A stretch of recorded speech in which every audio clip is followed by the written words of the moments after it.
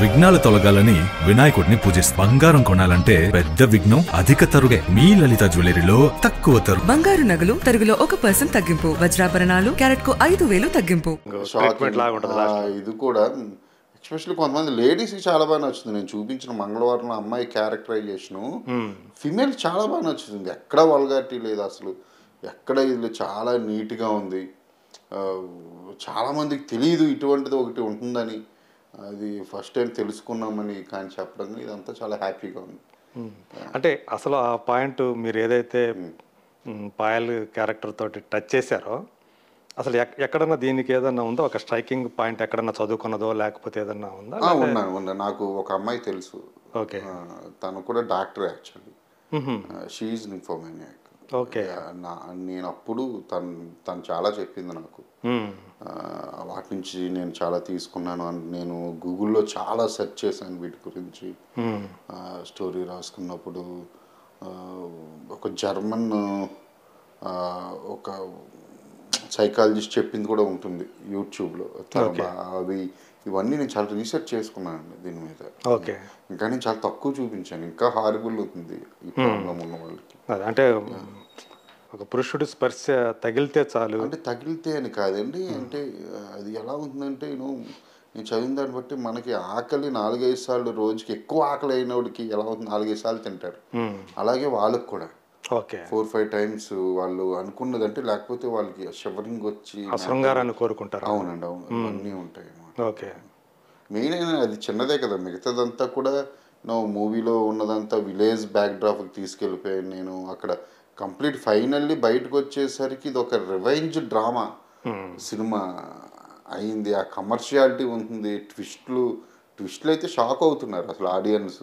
అవును, మీరు అన్నట్టు అదే ఫస్ట్ హాఫ్లో హీరోయిన్ యొక్క క్యారెక్టర్ని ఒక చిన్నతనంలోనే చూపించారు. ఆమె పెరిగి పెద్ద అయిన తర్వాత మనకు కనిపించేది ఎప్పుడు సెకండ్ హాఫ్లోనే. అది కూడా ఒక ఫ్లాష్ బ్యాక్ టైప్లోనే చూపించారు.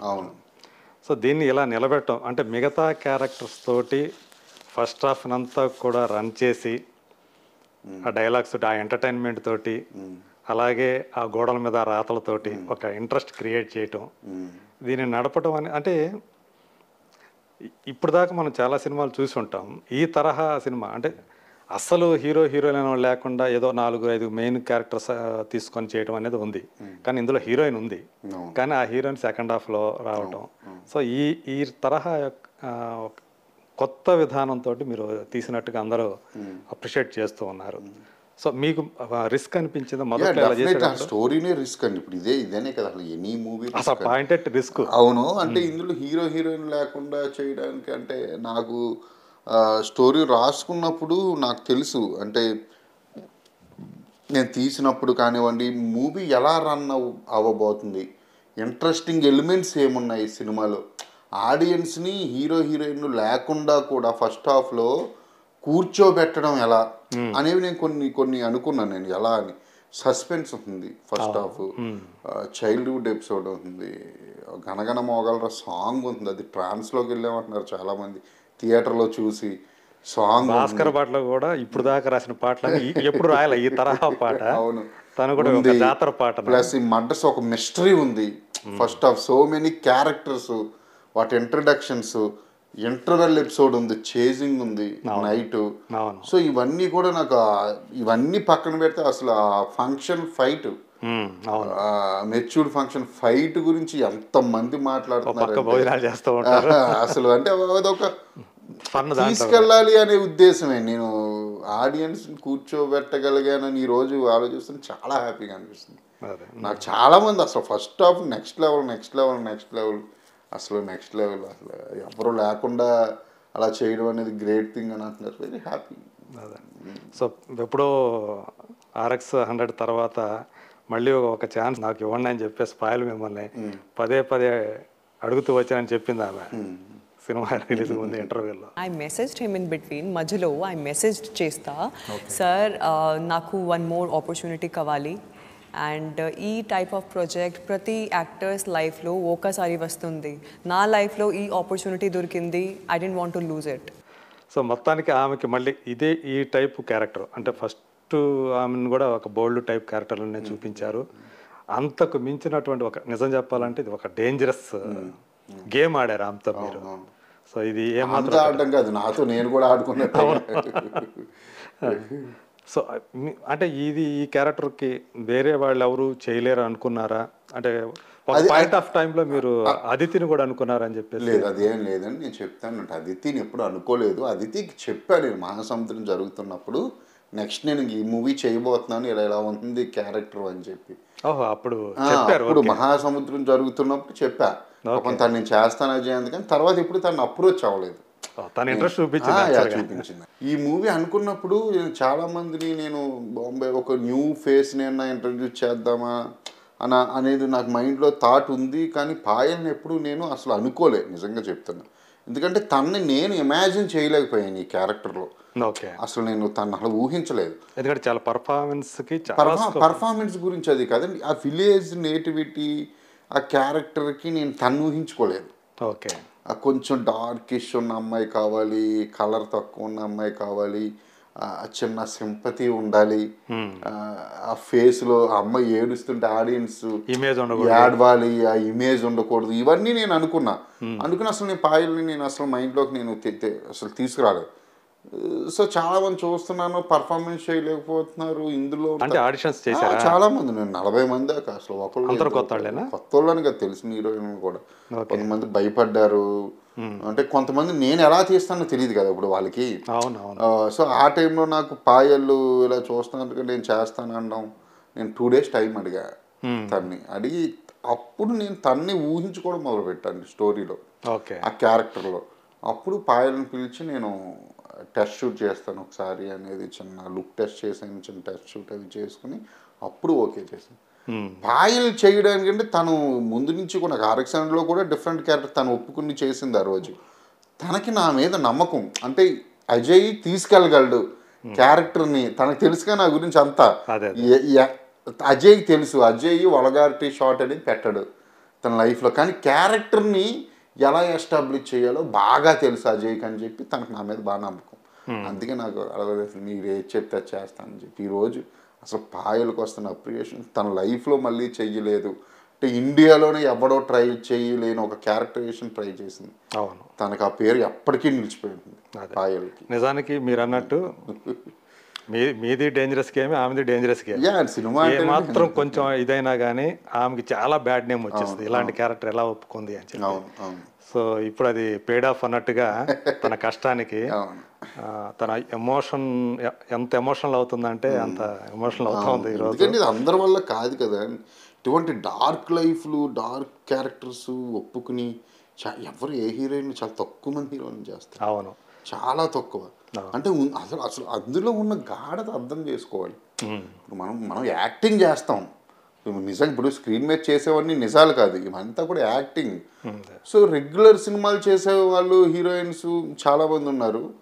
సో ఎప్పుడైనా ఒక డిఫరెంట్ క్యారెక్టర్స్ వచ్చినప్పుడు, ఐశ్వర్య పీక్స్లో ఉన్నప్పుడు బెంగాలీ డైరెక్టర్ పేరు మర్చిపోయాను, ఒక బెంగాలీ మూవీ చేసింది, ఎరోటిక్ మూవీ.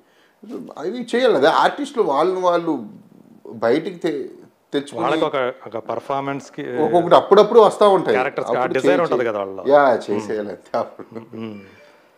సో ఇప్పుడు అంటే పాయల్ని తీసుకొని మీరు ఒక కరెక్ట్ డెసిషన్ అనేది. పాయల్ నేను ఇప్పుడే కాదు, అప్పుడే నేను టెస్ట్ షూట్ చేసినప్పుడే అనిపించేసింది. నేను ఎప్పుడు అసలు నేను కరెక్ట్ అయితాను కానీ ఏ క్యారెక్టర్కి ఎవరిని తీసుకోను. నాకు ఎప్పుడో తెలుసు పాయల్ కరెక్ట్ అని. ఆడియన్స్కి ఇప్పుడు రిలీజ్ అయింది కాబట్టి ఇప్పుడు తెలుస్తుంది అంతే. సినిమా సంబంధించి ఇంకొక అందరికీ ఒక షాకింగ్ ఏంటంటే ప్రియదర్శిని ఎంట్రీ. ప్రియదర్శి అది మీరు ఆ పేర్లు చెప్పేస్తున్నారు, పేర్లు ఆపండి కొంచెం, అంటే రివీల్ చేయండి. ఏ క్యారెక్టర్ చేశాడు అనేది మేమేం చెప్పట్లేదు, ఉన్నాడని కూడా తెలియదు కదా. Mass character okay. మాస్ క్యారెక్టర్లో యాక్చువల్గా మాస్ క్యారెక్టర్లో ఇక ఒకటి రివీల్ అయింది అని చెప్పడం కూడా ఇది కాదు, పేరు చెప్తే పర్వాలేదు. కానీ అతను ఎంట్రీ అనేది ఉంది అంటే ఎప్పుడు వస్తాడని ఎదురు చూస్తూ ఉంటారు కదా. అందుకే నేను చాలా సినిమా ముందు ఎవరికి తెలియదు, సినిమా రిలీజ్ అయిన తర్వాత అందరూ చెప్పుకుంటారు.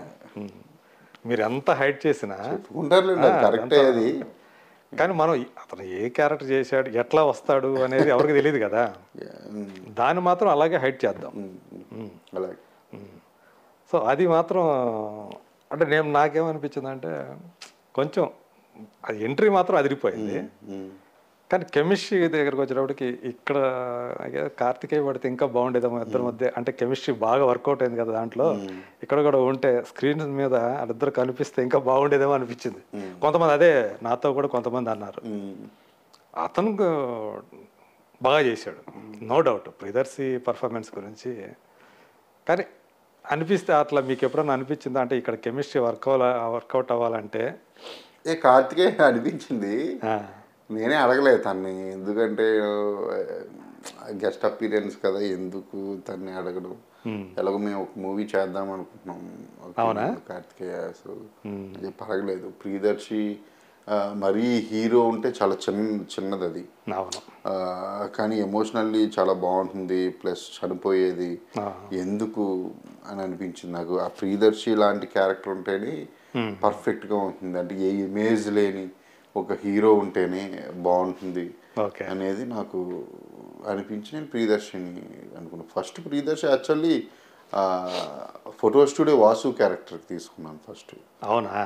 తీసుకుని నెగిటివ్ రోల్ కదా, సరే ఇప్పుడు ప్రియదర్శికి ఉన్న పాజిటివ్కి బయట నేను అప్పుడేదో సినిమా రిలీజ్ అయింది 1 year బ్యాక్, శర్వా గారిది, వీళ్ళందరూ యాక్ట్ చేసిన సినిమా, మరీ అసలు పాజిటివ్గా ఉన్నాడు. ఇతను నెగిటివ్ అంటే చాలా ఉన్నాయి, కాంటెంపరీ లైన్ ఉంది మొత్తం అంతా సినిమాలో, మళ్ళీ ఇది కూడా ఎందుకు రిస్క్ చేయడం అని చెప్పి అది ఇవ్వలేను దర్శి, మాస్క్ ఇస్తాను, మాస్క్ క్యారెక్టర్ చేసాను అని చెప్పి అది సింపుల్గా అనుకుని చేంజ్ చేశాను. అది బాగుంది, అది గెటప్ అదంతా కూడా పర్ఫెక్ట్గా కుదిరింది. అదొక సర్ప్రైజ్ ఎలిమెంట్. అంటే మీరు ఒక సినిమా రిలీజ్ అయ్యేదాకా ఏదైతే హైడ్ చేశారో అది నిజంగా అందరికీ ఒక సర్ప్రైజ్ ఎలిమెంట్ లాగా అనిపించింది. సినిమా సంబంధించి అంటే ఇంత సీరియస్, యాక్చువల్గా సబ్జెక్ట్ అయితే సీరియస్ సబ్జెక్ట్, దాంట్లో మీరు ఇన్కార్పొరేట్ చేసినటువంటి ఫన్ ఎలిమెంట్స్ ప్రధానంగా అజయ్ ఘోష్, లక్ష్మణ్, కాశీరాజు, పులి, ఈ 2 క్యారెక్టర్లు. అజయ్ ఘోష్ గురించి మనకు అందరికీ తెలుసు, తను అన్ని రకాల పాత్రలు చేస్తున్నాడు, ప్రూవ్ చేసుకుంటున్నాడు అంత ఒకటే. కానీ అటువంటి వాటి చేత కూడా కాశీరాజు పాత్ర కనిపించేటట్లుగా మీరు చేయగలిగారు. అది అజయ్ ఘోష్ కనిపించాడు, కాశీరాజు కనిపించాడు, అలాగే లక్ష్మణ్ ప్లేస్లో పులి కనిపించాడు. చివరిలో మీరు ఆ పులి క్యారెక్టర్ మీద పెట్టిన షాట్ ఏదైతే ఉందో అది కూడా అమేజింగ్ అనిపించింది. సో మీకు వీళ్ళిద్దరిని ఈ కాస్టింగ్ విషయం కూడా మీకు అదే అంటుంది, చాలా బాగా ఊళ్ళో ఉన్న క్యారెక్టర్లని అందరినీ కూడా మంచి వాళ్ళని తీసుకొచ్చి పెట్టారు. సో మీకు వీళ్ళ నుంచి అజయ్ ఘోష్ బాగా బిజీ యాక్టర్, ఎలాంటి సహకారం మీకు? అజయ్ ఘోష్ గారు చాలా మంచి ఆయనండి, చాలా పర్ఫెక్ట్ పర్సన్ అతను. ఆయన అసలు ఒకసారి ఒక డేట్ ఇచ్చాడంటే తర్వాత ఎంత పెద్ద సినిమా వచ్చినా అసలు ఆ డేట్ మార్చడు ఆయన అసలు. అంటే అందులో కంప్లీట్ అవుట్డోర్ తీసాం కదా మేము, మొత్తం గోదావరి దగ్గర అవుట్డోర్ సినిమా అంతా కూడా. పాపం ఎప్పుడు ఇబ్బంది పెట్టలేదు తను. ఎప్పుడంటే మేము ముందే చాలా ప్లానింగ్తో ఉండేవాళ్ళం, షెడ్యూల్ ఇవన్నీ కూడా చాలా ప్రీ ప్లాన్, చాలా ప్లాన్తో ఉండేవాళ్ళం. ఇక పులి క్యారెక్టర్ అంటే పులి క్యారెక్టర్ మా ఊళ్ళో ఉన్నదే, మేము చూసిందే అది. అవునా? పేరు కూడా పులే, మేమే పిలిచేవాళ్ళం పులి అని. చచ్చిపోయాడు ఇప్పుడు పాపం లేడు. అంటే మాకన్నా చాలా పెద్ద ఆయన, ఇలాగే సేమ్ గెటప్, అదే గెటప్తో ఉండేవాడు. కళ్ళు కూడా పోయి కనిపించినట్టు ఉండేది అతనికి. ఆ క్యారెక్టర్ని తీసుకొచ్చి నేను పులిగా పెట్టాను నేను ఇందులో. కాశీరాజు పులి అంటే అది యూనో వాళ్ళిద్దరిది అసలు మామూలుగా పేర్లేదు, పడిపడి నవ్వి చచ్చిపోతున్నారు అసలు థియేటర్లో. అందులో ఈ కాశీరాజుకి నేను పెట్టిన 100 రూపాయల ఫిగరు, 50 రూపాయల ఫిగరు, రూపాయి పావుల ఫిగరు, అవన్నీ బాగా వర్కౌట్ అయ్యింది. అంటే పక్కా పల్లెటూరులో ఉండే కొన్ని క్యారెక్టర్స్ ఎలా మాట్లాడతారు అలాగే నేను అది పెట్టడం వల్లే ఆడియన్స్కి ఎక్కిన. ఇప్పుడు కాన్సెప్ట్ బ్యాక్డ్రాప్ ఇది, ఆ హ్యూమర్ అనేది 100% ఉండాలి, ఉంటుంది కూడా అందరికి. అజయ్ ఘోష్ క్యారెక్టర్లో కానివ్వండి, లక్ష్మణ్ క్యారెక్టర్లో కానివ్వండి, అది చూపించాను. ఎంత సీరియస్ సిచ్యువేషన్ అయినా సరే దాన్ని కామెడీ చేసి మాట్లాడుకునే వాళ్ళు ఉంటారు కొంతమంది. అవును, అది పట్టుకున్నా నేను అంతే. ఇప్పుడు ఊరందరూ సీరియస్గా ఉన్నప్పుడు అదే సీరియస్లో వీళ్ళు కామెడీ పంచులు వేస్తూ ఉంటారు చిన్న వెటకారంతో. అంటే ఆ డైలాగ్ డిక్షన్ ఏదైతే ఉందో అజయ్ ఘోష్కి వాడింది, అది తనే చెప్పాడా లేకపోతే మీరు నేను చెప్పడంతోనే స్లాంగ్ ఇలా ఉండాలి, స్లాంగ్ ఇలా ఉండాలి, దాన్ని ఆయన నెక్స్ట్ లెవెల్కి తీసుకెళ్ళిపోతాడు.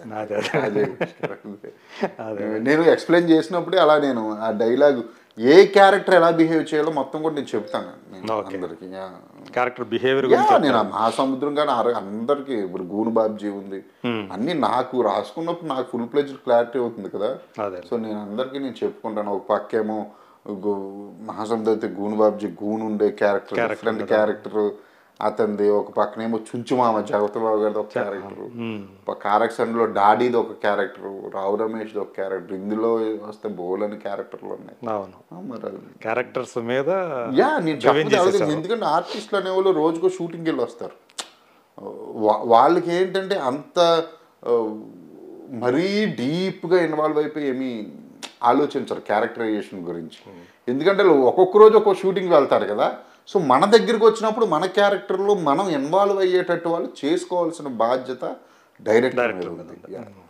అంటే నాకు మీరు ఒక పక్క రామ్ గోపాల్ వర్మ గారి శిష్యులుగా బాగా పేరుంది మీకు.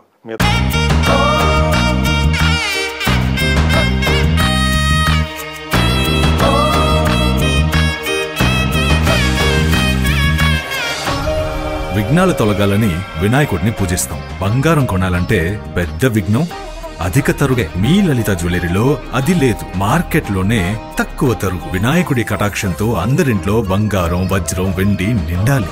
బంగారు నగలు తరుగులో 1% తగ్గింపు. వజ్రాభరణాలు క్యారెట్కు 5,000 తగ్గింపు.